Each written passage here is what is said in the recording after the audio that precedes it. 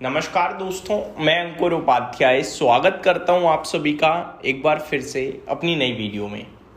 दोस्तों, चीज़ें खराब हो रही हैं लेकिन बाजार खराब नहीं हो रहा है।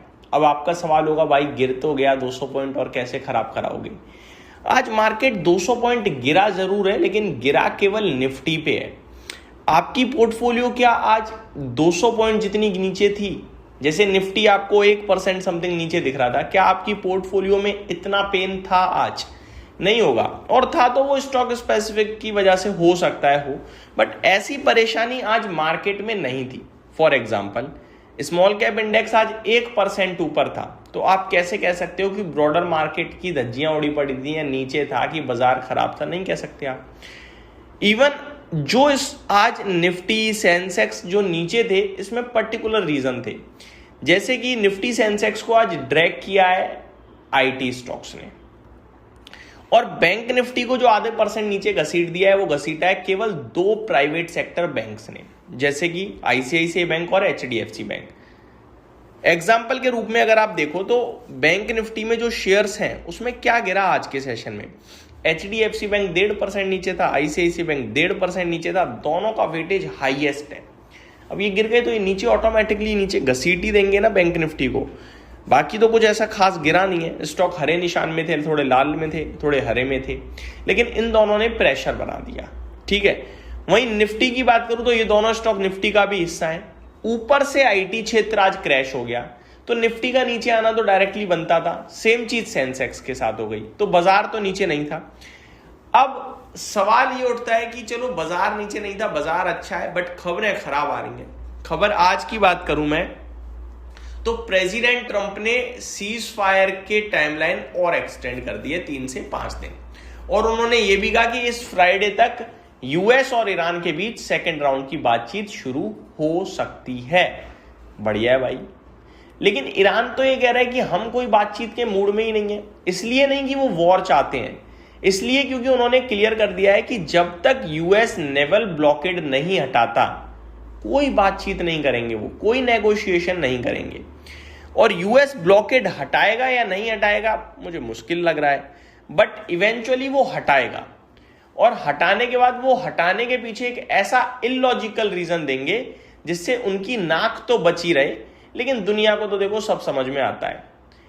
प्रेसिडेंट ट्रंप को लगता है कि दुनिया पागल है, बट एक्चुअली में ना वो कोशिश कर रहे हैं बनाने की। जैसे उन्होंने पहले क्या कहा, कल सीज फायर इस बार मैं आगे नहीं बढ़ाऊंगा, सीज फायर से पहले डील लाओ वरना मैं ईरान को तबाह कर दूंगा। सीज फायर उन्होंने खुद एक्सटेंड कर दिया, लेकिन नाम क्या लगा दिया? पाकिस्तान के आसिम मुनीर और शहबाज शरीफ जो हैं वो उनसे रिक्वेस्ट कर रहे हैं कि थोड़ा समय और दिया जाए ईरान को बातचीत का, तो मैं सीज फायर का समय बढ़ा रहा हूं। तो ये सारे तो बहाने हैं। एक्चुअली में प्रेसिडेंट ट्रंप को खुद डील करनी है, चाहते हैं वो चीजें सही हो जाए, लेकिन उनका चीजें सही करने का तरीका ही थोड़ा गलत है। बस इतना ही फर्क है। मेरे को लगता है वो बंदा शेयर बाजार के लिए परफेक्ट है यार, प्रेसिडेंट ट्रंप, लेकिन उनका सही काम करने का तरीका गलत है। बस इतना ही है। अब डेटा पे आता हूं। आज FIDIs का डेटा, मतलब मेरे को ना कुछ हरा दिख ही नहीं रहा, सब लाल है। कैश मार्केट में FIIs बेच गए, फ्यूचर इंडेक्स में बेच गए, फ्यूचर स्टॉक्स में बेच गए, DIIs भी आज तो बेच कर गए हैं। दैट मीन्स इन लोगों को चीजें दिख रही हैं कि नेगेटिव डेवलप हो रही हैं, बट मार्केट अभी तक नेगेटिव रिएक्ट नहीं कर रहा। तो पॉसिबल है कि मार्केट एक साथ नेगेटिव रिएक्ट करे, चीजें खराब ही हो जाएं। हो सकता है प्रेसिडेंट ट्रंप का पेशेंस का पारा टूटे और वो अटैक कर दें, क्योंकि वो झुकने वालों में से तो देखो है नहीं, ऐसा मेरे को लगता है। अब बात करते हैं डेटा की। कैश मार्केट में FIIs ने 2078 करोड़ की बिकवाली करी। DIIs ने कैश मार्केट में 1048 करोड़ की बिकवाली करी। फ्यूचर स्टॉक्स में FIIs ने 3669 करोड़ की बिकवाली करी। फ्यूचर इंडेक्स में FIIs ने 1520 करोड़ की बिकवाली करी। चौतरफा सेलिंग का फिगर आया है, जो कि मेरे को लगता है काफी नेगेटिव है। ग्लोबल मार्केट्स की तरफ चलते हैं बिल्कुल शॉर्ट और सिंपल तरीके से। सबसे पहले अमेरिका के बाजार की बात करते हैं। जो कुछ हो रहा है देखो अमेरिका के सामने हो रहा है इस समय, और अमेरिका का बाजार तो ओपन भी है, लेकिन भैया उसे फर्क ही नहीं पड़ रहा, वो तो तेजी में है, खुश है। अमेरिका में डाउ 333 पॉइंट ऊपर खड़ा है इस समय। नेस्डेक इंडेक्स 1.25% से ज्यादा रैली कर रहा है। S&P 500 ऑलमोस्ट 1% ऊपर है, और रसल 2000 में करीब आधे % की तेजी दिख रही है आप सभी को। यूरोप के मार्केट्स की तरफ नजर डालें तो ये थोड़े नर्वस हैं। फिट्सी फ्लैट टू नेगेटिव है, डेक्स फ्लैट टू नेगेटिव है और कैक में करीब 1% की गिरावट है। चिंता का विषय बन रहा है कच्चा तेल, जो कि एक बार फिर से $100 के पार निकल गया है।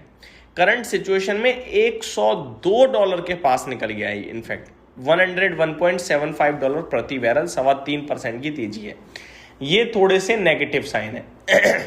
अब एक बार चेक कर लेते हैं दोस्तों, गिफ्ट निफ्टी क्या कह रहा है। गिफ्ट निफ्टी कह रहा है भैया 40 पॉइंट नीचे 24,326 पे। लेवल्स के अकॉर्डिंग आप जब तक 24,300 के ऊपर हो पॉजिटिव रहिएगा। 300 के नीचे सीधे आपके लिए जो लेवल है वो 24,200 और 24,000 का निकलता है, उसके आसपास कोई लेवल है नहीं जल्दबाजी में। ऊपर 24,500 का एक रेजिस्टेंस है जो मुझे क्लियर कट दिखने लगा है।